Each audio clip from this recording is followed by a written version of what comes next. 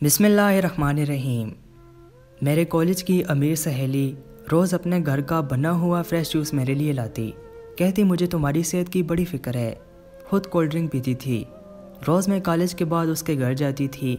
ایک دن اتفاق سے وہ اپنے لیے بھی ویسا ہی جوس لائی تو میں نے شرارت کرتے ہوئے دونوں جوس کی بوتلیں بدل ڈالی۔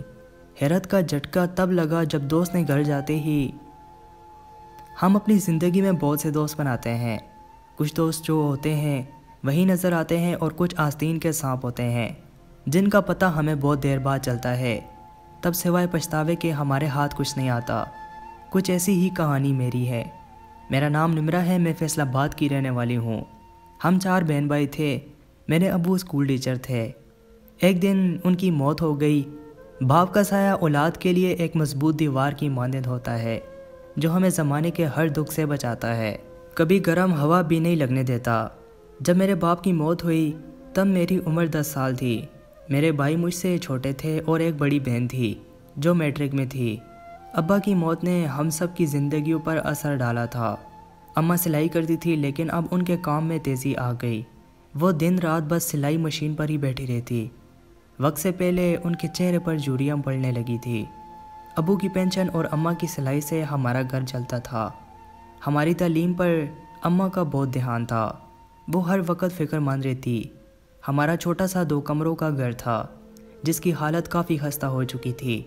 جب بارشیں آتی تو چھتوں سے پانی ٹپکنے لگتا۔ ساری رات ہم سوتے جاگتے میں گزار دیتے۔ سب بہن بھائی دل لگا کر پڑھ رہے تھے۔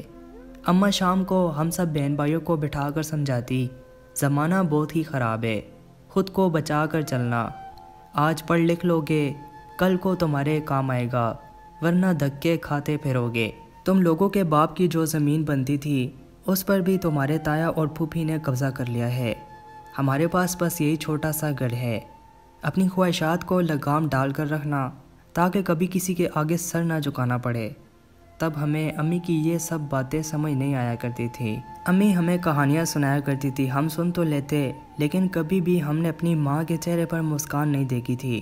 کوئی شادی ہوتی یا تقریب، امی ہمیشہ سادہ کپڑوں میں ہی نظر آتی۔ ان کے چہرے پر اب سختی آ گئی تھی۔ ہمارے معاملے میں وہ مزید سخت ہو چکی تھی۔ آپی نے آگے پڑھنا چھوڑ دیا اور اماں نے کہا کہ نہیں پڑھنا تو شادی کرو اور اپنے گھر کی ہو جاؤ۔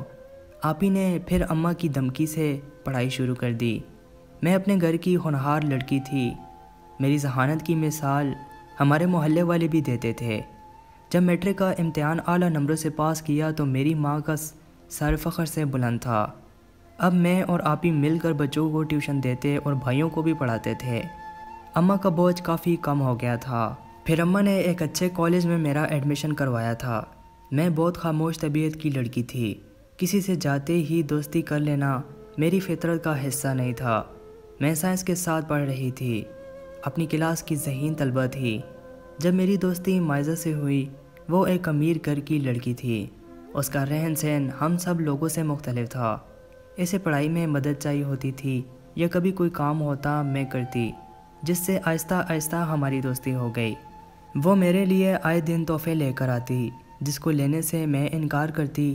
اس کو بتاتی میری امی بہت سخت طبیعت کی ہیں، میری عمر کا بھی لحاظ نہیں کریں گی، مجھے ماریں گی۔ اس نے کہا پاگل، اب ہر بات ماں باپ کو تھوڑی ہی بتائی جاتی ہے۔ اتنی چاہت سے تمہارے لیے یہ ڈریس لائی ہوں، تم ایسا کرو چھپا کر رکھ لو، کبھی کہہ دینا اپنی پاکٹ منی سے لیا تھا۔ انکار کے باوجود وہ سوٹ کو میرے بیگ میں ڈال کر چلی گئی۔ میں جب گھر پہنچی تو پتہ نہیں کیوں میرا سر جھکا ہوا تھا۔ امی سامنے چارپائی پر بیٹھی بٹن ٹاک رہی تھی۔ مجھے دیکھتے ہی آگے بڑھی اور میرا بیگ پکڑ لیا۔ میرا دل زور سے دھڑکنے لگا کہ کہیں امی بیگ دیکھ نہ لے، پر امی نے کمرے میں جا کر بیگ رکھ دیا اور کھانا لے آئی۔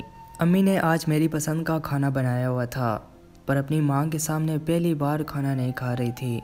امی میرے چہرے کو دیکھ رہی تھی، پھر بولی، نمرہ تم جانتی ہو جب تم چھوٹی تھی تو اپنی بہن یا بھائی کی چیز چرا لیتی تھی، تب تم مجھ سے نظریں نہیں ملا پاتی تھی اور میں جان چاہتی تھی کہ تم چور ہو۔ میں نے امی کا ہاتھ پکڑ لیا اور ان سے کہا، آپ مجھے کچھ کہیں گی تو نہیں امی؟ امی نے کہا، بچپن میں کچھ کہا تھا جو اب کہوں گی۔ امی کی بات سن کر میں نے ان کو یاد دلایا کہ آپ مجھے مارا کرتی تھی۔ یہ سن کر امی ہنسنے لگی۔ آج امی بڑے عرصے بعد ہنسی تھی ان سے کہا میری دوست ہے, اس نے مجھے تحفہ دیا ہے. وہ سوٹ امی کے آگے کر دیا. امی نے اس کو دیکھا تو کہنے لگی رکھ لو, دوست تحفہ دے تو انکار نہیں کرتے, پر کوشش کرنا آگے سے اس سے کچھ مت لینا. ہم غریب لوگ ہیں, ہماری اور ان کی زندگی میں بہت فرق ہے. ویسے بھی میں چاہتی ہوں کہ میری بیٹی سب کچھ چھوڑ کر ڈاکٹر بنے. جب میں بالکل بوڑھی ہو جاؤں تو میری بیٹی میرا علاج کرے اور میں فخر سے سب سے کہوں یہ میری بیٹی نمرہ ہے. امی کی باتیں مجھے بہت عجیب قسم کی انرجی دے دیا کرتی تھی, جس سے میری پڑھائی کی سپیڈ مزید تیز ہو جاتی. میں آدھی رات تک پڑھتی. سب سے پہلے اٹھتی میں اپنا آپ تک بھول چکی تھی. وہ سوٹ میں نے ویسے ہی رکھ دیا تھا, میرا مقصد پڑھنا تھا. وہ سوٹ کئی سال یوں ہی پڑا رہا. جب آپی کی شادی ہوئی اس دن پہنا تھا. میں نہ چاہتے ہوئے بھی مائرہ سے دوستی نہیں ختم کر پائی. اس کی زبان میں الگ مٹھاس تھی جو انسان کو اپنا گریدہ بنا لیتی. جب آپی کی شادی ہوئی تو وہ بھی آئی تھی, لیکن جلدی چلی گئی تھی. اس نے کہا اسے اتنے چھوٹے گھر میں الجھن ہوتی ہے. شکر ہے امی نے یہ بات نہیں سن لی تھی. ہمارے گھر کی پہلی شادی تھی اور آپی بیاہ کر ماموں کے گھر جا رہی تھی. جتنی حیثیت تھی اتنا جہیز دے دیا تھا, پر مومانی نے کہا تھا کہ یہ بھی بہت ہے. انہوں نے ہمیشہ ہمارا ساتھ دیا تھا. مومانی بہت اچھی تھی. ہماری پھپھو شادی میں نہیں آئی تھی. وہ چاہتی تھی کہ آپی کا رشتہ انہیں دے دے. ان کا بیٹا بیمار رہتا اور وہ کوئی کام کاج نہیں کرتا تھا. پھپھو روز کچھ نہ کچھ میٹھا بنا کر بیچتی تھی.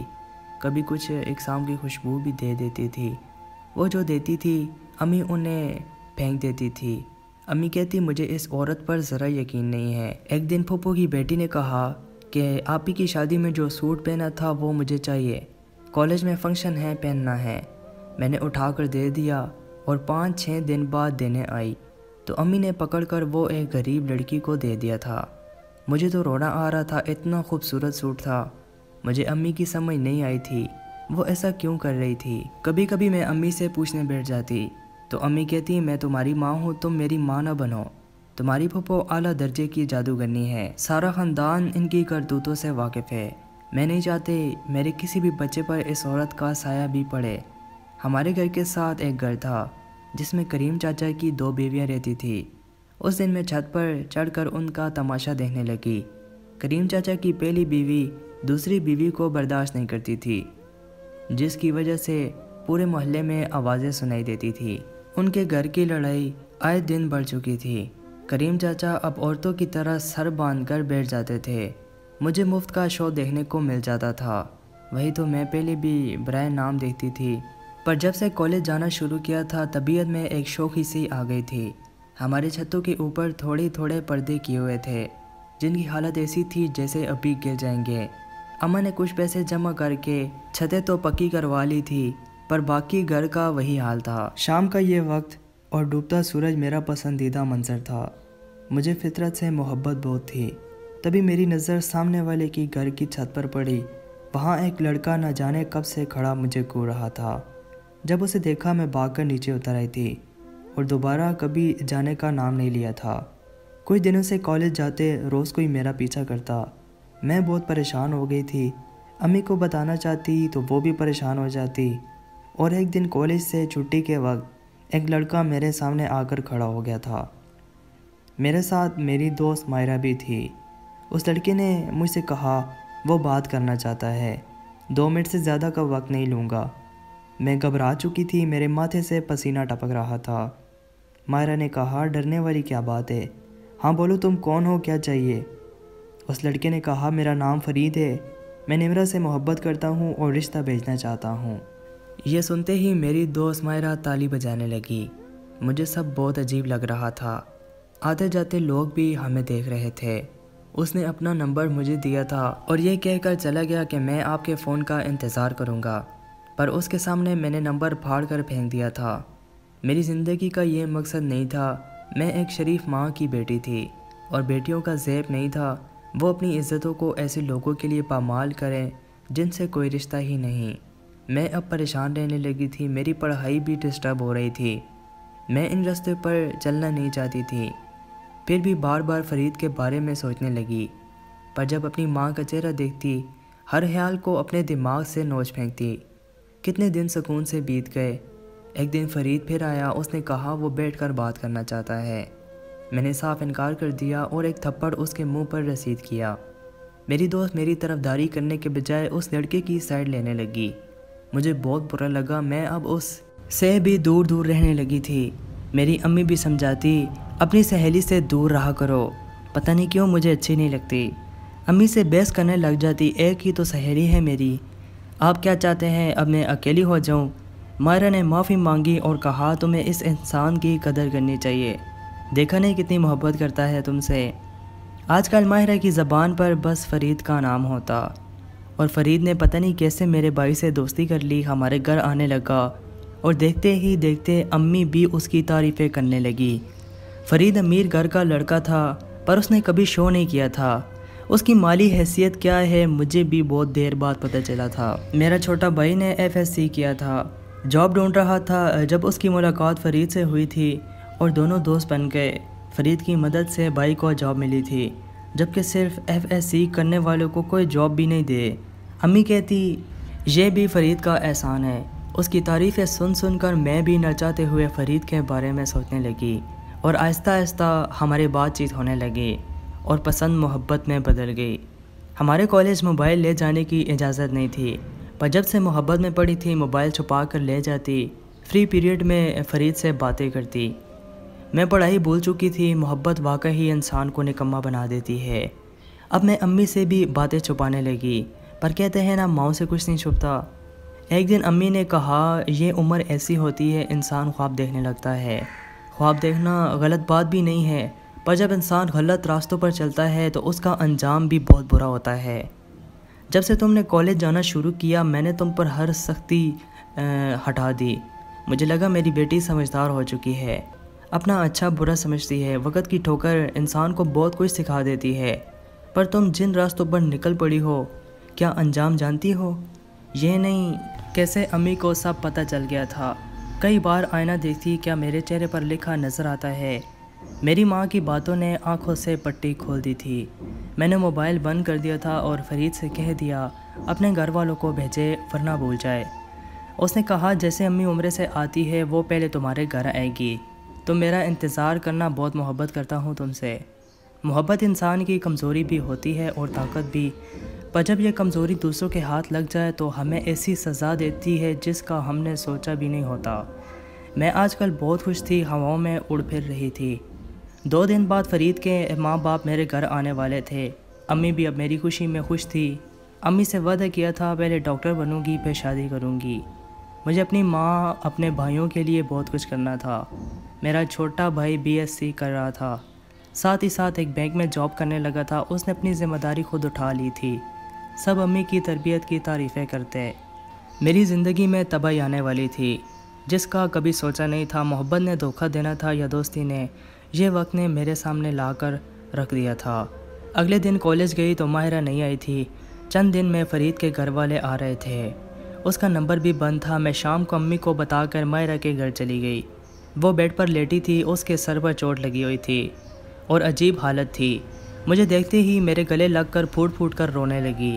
اس نے کہا نمرہ میں برباد ہو گئی، میں کہیں کی نہیں رہی، میرا دل بیٹھا جا رہا تھا۔ اس نے کہا فرید نے مجھے زیادتی کا نشانہ بنایا، مجھ سے کہا وہ نمرہ کو نہیں مجھے پسند کرتا ہے۔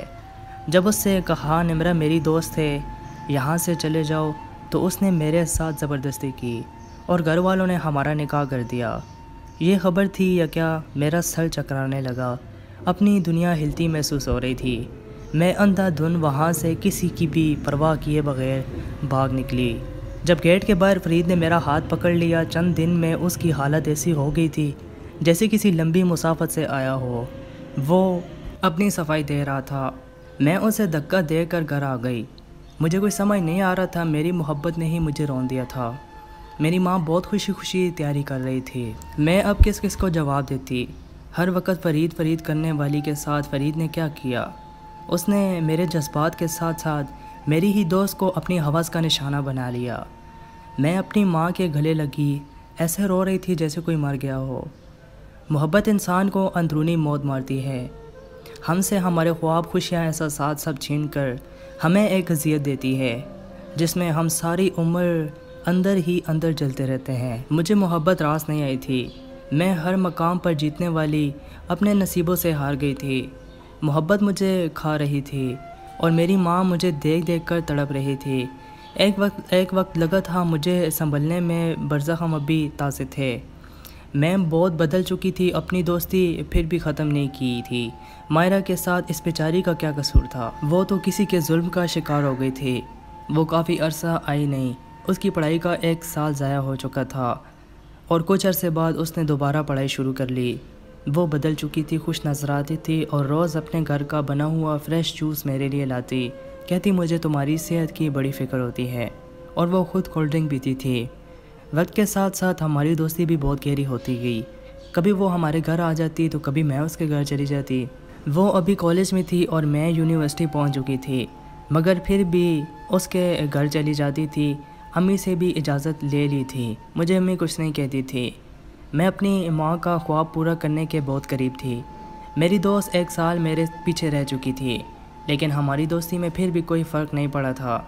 ایک دن میں اس کے گھر ملنے چلی گئی، اتفاقاً سے وہ اپنے لیے بھی ویسا ہی جوس لائی تو میں نے شرارت کرتے ہوئے دونوں جوس کی بوتلیں بدل ڈالیں۔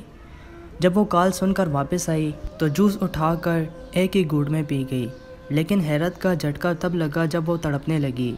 مجھے کچھ بھی سمجھ نہیں آیا، وہ کمرے سے باہر بھاگی جب سیڑھیوں پر اس انسان سے ٹکرا گئی جس سے اتنی نفرت کرتی تھی۔ میں اس کا نام بھی نہیں سننا چاہتی تھی۔ وہ میری سہیلی کا شوہر تھا۔ اس نے مجھے ایسے دیکھا تو پوچھنے لگا نمرہ سب ٹھیک ہے؟ مجھے تو اس وقت اپنی سہیلی کی فکر تھی۔ میں کمرے کی جانب اشارہ کرنے لگی۔ جیسے کمرے میں واپس آئے وہ تڑپ رہی تھی، اس کے منہ سے جھاگ نکل رہی تھی۔ اس کا شوہر اس کو لے کر اسپتال بھاگا، پر پتہ نہیں کیوں میری سہیلی کے شوہر کے چہرے پر اس کی تکلیف کے کوئی آثار نہیں تھے۔ ڈاکٹرز نے بتایا انہوں نے کوئی دوائی اوور ڈوز لی ہے، لیکن اب وہ خطرہ سے باہر ہے۔ اس کے ماں باپ سب آگے تھے۔ مجھے ڈر لگ رہا تھا کہ کہیں میرا نام نہ لگ جائے، لیکن مجھے حیرت تھی کہ اس جوس میں ایسا کیا ملایا تھا جس سے وہ ایسی ہو گئی۔ پولیس نے چھان بین کی اور اس وقت موجود نوکرانی کو پکڑ لیا۔ اس نے جو سچ بتایا اسے سن کر سب اپنی جگہ سن ہو چکے تھے، کوئی بھی ہل نہیں پا رہا تھا۔ اس نے بتایا جب آج سے 2 سال پہلے فرید نمرہ باجی کا پیچھے کرنے لگے، ان سے محبت کرتے تھے، ان کی بات چیت ہونے لگی۔ وہ بہت جلد شادی کرنے والے تھے۔ جس دن فرید بھائی نے اپنے گھر والوں کو نمرہ باجی کے گھر بھیجنا تھا، تب مجھے چھوٹی بیوی نے امیر سہیلی نے فرید بھائی کے میرے ہاتھ پیغام بھیجا کر نمرہ باجی کو ان سے بات چیت کرنا چاہتی تھی، لیکن وہ سب کے سامنے نہیں مل سکتی تھی، اس لیے رات 11 بجے ماہرہ بی بی کے کمرے میں آ جائیں۔ فرید بھائی کو کچھ نہیں جانتے تھے۔ میں ان کو رات کمرے میں چھوڑ کر آئی۔ فرید بھائی نے جوس پیا، اس میں نشہ آور ادویات ملی ہوئی تھی، جس سے رات کو وہ ماہرہ بی بی کے کمرے میں سو گئے، اور صبح جب ان کی آنکھ کھلی تو چھوٹی بیوی دیوار کے ساتھ لگی رو رہی تھی۔ فرید بھائی کچھ نہ سمجھ پائے۔ جیسے وہ جانے لگے، چھوٹی بیوی نے کہا رات وہ ان کی ہوس کا نشانہ بن چکی تھی اور انہوں نے ان کے ساتھ زیادتی کی۔ انہوں نے شور ڈال دیا۔ تبھی چھوٹی بیوی کے گھر والوں نے فرید بھائی پر کیس کرنے کا کہا اور ان کے گھر والوں کو بھی بلا لیا۔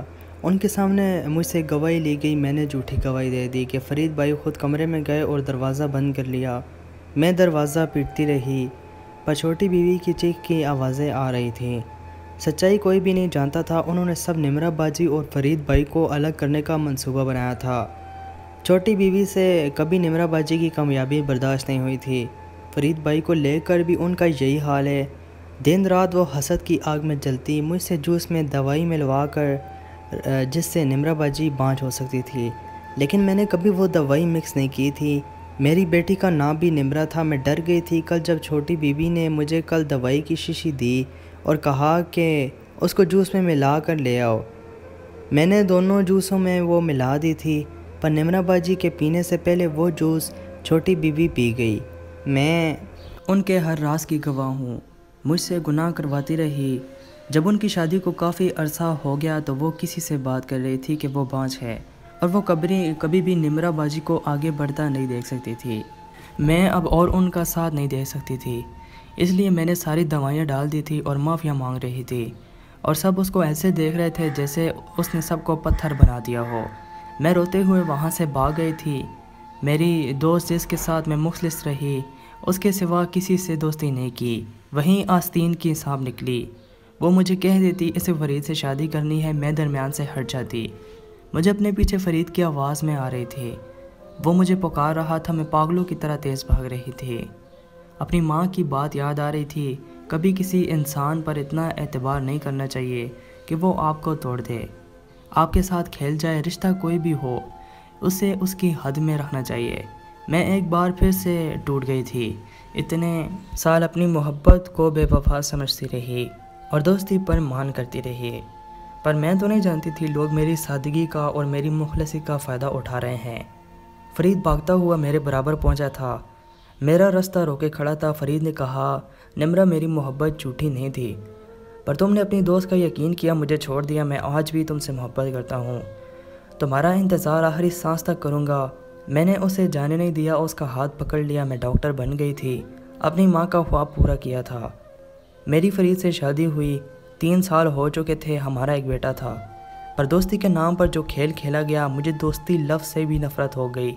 پر میری امی کہتی ہے دوستی ایک بہت ہی خوبصورت رشتہ ہوتا ہے، کسی ایک انسان کے غلط ہونے سے باقی انسان بھی غلط نہیں ہوتے، ہمیشہ آگے بڑھ جانا چاہیے، زندگی میں نئے آنے والے رشتوں کو دل سے ویلکم کرنا چاہیے۔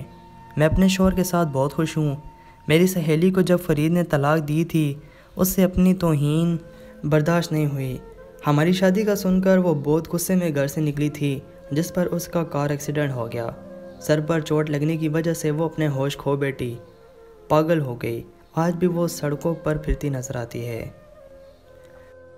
دوستوں، مزید سچی کہانیاں سننے کے لیے محمد اسماعیل وائس چینل کو ضرور سبسکرائب کریں اور ساتھ میں دیے گئے بیل پر کلک کریں۔